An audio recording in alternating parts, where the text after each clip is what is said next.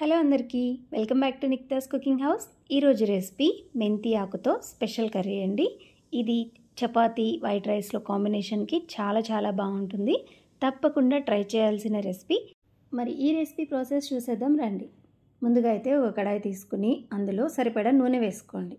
నూనె వేడైన తర్వాత అందులోనే ఎండుమిర్చి అలాగే ఆవాలు కూడా వేసుకుని ఆవాలు చిటపట వాడే వరకు వేయించుకోండి.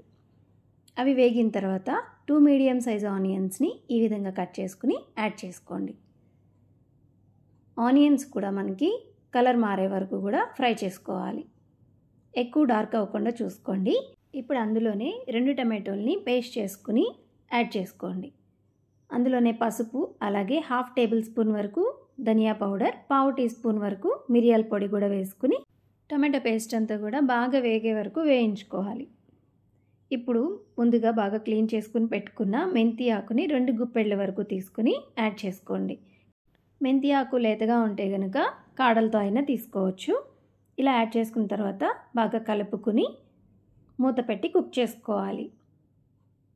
మెంతి ఆకు పచ్చివాసన పోయే వరకు కూడా వేయించుకోవాలి. మూత పెట్టి కుక్ చేసుకోండి.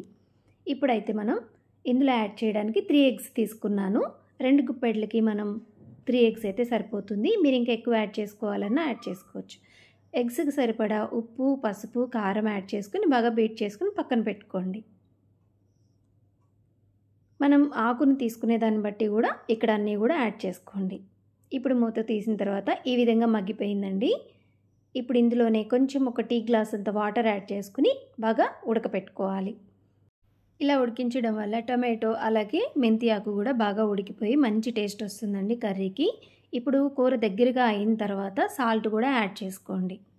ఈ సాల్ట్ యాడ్ చేసిన తర్వాత ఒకసారి బాగా కలుపుకుని ఇప్పుడు ముందుగా బీట్ చేసి పెట్టుకున్న ఎగ్ని ఇలా స్ప్రెడ్ చేసుకుని యాడ్ చేసుకోండి. ఇప్పుడు మూత పెట్టేసేయాలి. అసలు కదిలించకండి. కదిలించకుండా మూత పెట్టేసి ఒక 2 నిమిషాల పాటు మీడియం ఫ్లేమ్లో పెట్టి కుక్ చేసుకున్నారంటే ఈ విధంగా ఉంటుంది.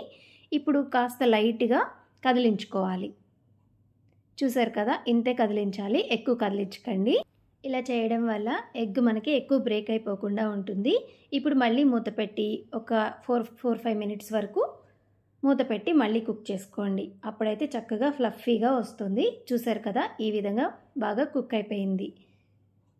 ఇప్పుడు తినేటప్పుడు కూడా మనకి బయటికి చక్కగా ఆమ్లెట్ లాగా వస్తుందండి. మంచి టేస్ట్ ఉంటుంది. ఇప్పుడు ఇందులోనే మనం కారం యాడ్ చేసుకుందాం. మనకి బాగా కుక్ అయిపోయింది కదా, కారం స్పైసీకి తగినట్లు యాడ్ చేసుకుని ఇలా ఒక్కసారి బాగా కలుపుకున్నారంటే మనకి మెంతి ఆకు ఎగ్ బుర్జీ రెడీ అయిపోయింది. చపాతీ, రోటీ, నాన్స్ ఎందులోకైనా కూడా బాగుంటుంది. ఇంకా వైట్ రైస్లో కూడా చాలా బాగుంటుందండి. తప్పకుండా ట్రై చేయండి. రెసిపీ నచ్చితే లైక్ చేయండి, సబ్స్క్రైబ్ చేసుకోండి.